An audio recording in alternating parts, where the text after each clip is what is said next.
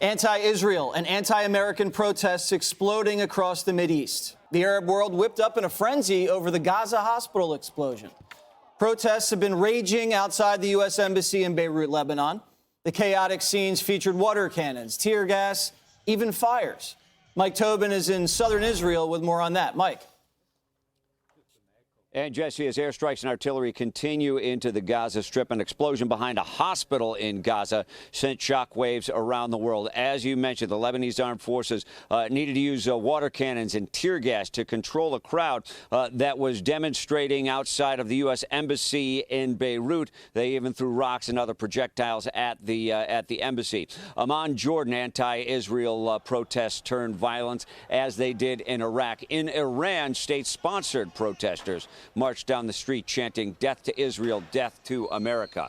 Security video supports Israel's claims that it was Palestinian Islamic Jihad that fired a barrage of rockets, resulting in the explosion behind the hospital. You hear some artillery in the background. The video shows rockets firing in the direction of Israel. One goes off course, resulting in an explosion on the ground. Meantime, after President Biden left Israel, Prime Minister Benjamin Netanyahu assembled his war cabinet in the Kiryat, Israel's version of the Pentagon. Meantime, the artillery bangs away into the night. Tens of thousands of troops are at the ready, waiting for their orders to enter the Gaza Strip. Jesse? Thanks, Mike. So, Dana, you're seeing a lot of attacks against embassies, not just American embassies. There was a French embassy, an Israeli embassy. Do you see this spreading throughout the evening? Well, part of the thing, but right before the commercial break, when I said that Iran reportedly is running TV ads, recruiting, this is their work progress administration. Rather, this is how they give people jobs, is to basically protest or to hire them in order to go and be ready for this fight. There is, as I've been listening to a lot of different people today, a lot of concern about a second front with Hezbollah. But also, I got a warning today from somebody that we really need to pay attention to what's happening in Iraq.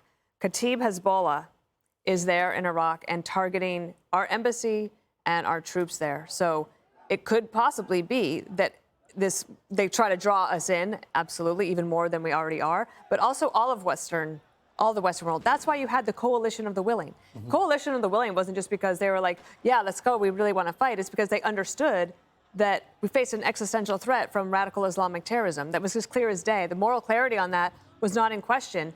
Everybody called the White House on that day and said, we are with you, because we realize what we're up against. And then we got farther away from September 11th. We got back into a September 10th mindset, and now here we are again. But we are in a better position in order to fight back against it than we were. It's just that everybody has to gear up. We've got this conflict in Russia with Ukraine. With the Russians, we have the possibility of problems with China. We have problems with coup attempts in Africa, which also is where you have radical Islamic terrorism breeding. So, yes, that's all to say. I think there's a heightened awareness, and I think the president perhaps will try to address that tomorrow night in his primetime address. Mm-hmm. And I believe Mossad, the Israeli intelligence agency, is probably sharing intelligence with the Central Intelligence Agency about all these rising threats against the embassies. And that's, Greg, that's one of the main reasons, or a reason, why we're so tight with Israel. Mm-hmm. I haven't checked my sources on that, Jesse, but I'll get back to you. Please. All of this is going according to Hamas's strategy and plan, right? And the media right now is their PR arm. Again, the hospital attack was the spark that was needed to justify these protests. I don't think the demonstrations should matter one bit, right? We need to step back, because right now we're kind of micro watching every event. Every day something happens. We need to step back from this, because the decision has been made. A course has been made. You got to accept it. Now you got to look ahead. What worked before? The Abraham Accords. That worked. And you know it worked because the forces against peace initialized this attack for that reason. Yep. And so what comes after this? For your own sense of peace and just your mental stability, think about what comes after. It's a cooperative alliance of Arab nations, right, to assume responsibility over the region with Israel providing security. A really capable president would be working on that right now. But we also need to look at at this situation and use it to predict what might happen in our future? Are there seeds of this lineage conflict brewing? I've said it. There is. Phrases like white privilege and colonizer are the currency of shaming and targeting based on lineage, okay? And we need to be persuasive in showing how mistaken this ideology is, because it's here right now. I can feel it. You've seen it in Times Square. You've seen it on these campuses. Judge Janine. The thing about Hezbollah and the thing about what's going on in Lebanon really concerns me. Because whereas Hamas has these homemade missiles, they take things that we give them or that Israel gives them for humanitarian reasons, and they try to make these bombs. You're talking about a very skilled military with Hezbollah. They are trained well. They have very precision-made missiles. You're talking about a serious, serious situation if that front opens up. And what you've got is Iran, who is now testing the resolve of Israel to see, how hard they're going to fight and whether or not they need to get involved.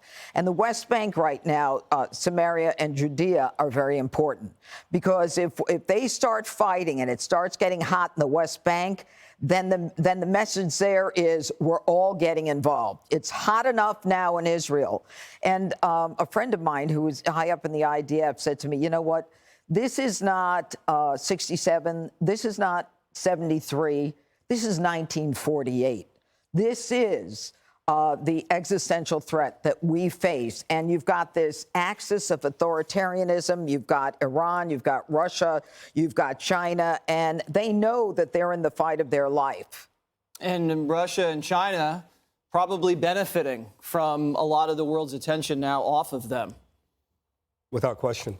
I agree with the judge. I think one of the reasons that President Biden has it's a part, I think Dana opened at the outset of the show, has been giving advice to show some restraint and let's be strategic about the response, is that he understands exactly what the judge just said. Hezbollah is a far more sophisticated fighting force with greater resources, more missiles that are more sophisticated. And what we don't want is an escalation. But I think what the president's presence strongly suggested is, if this is where you want to go, we are standing with Israel, and we will be prepared for whatever you decide to do. But it would be in your best interest not to do that. Okay, well, hopefully the Hamas doesn't get their hands on the $100 million Joe Biden's giving them. Hey, Sean Hannity here. Hey, click here to subscribe to Fox News YouTube page and catch our hottest interviews and most compelling analysis. You will not get it anywhere else.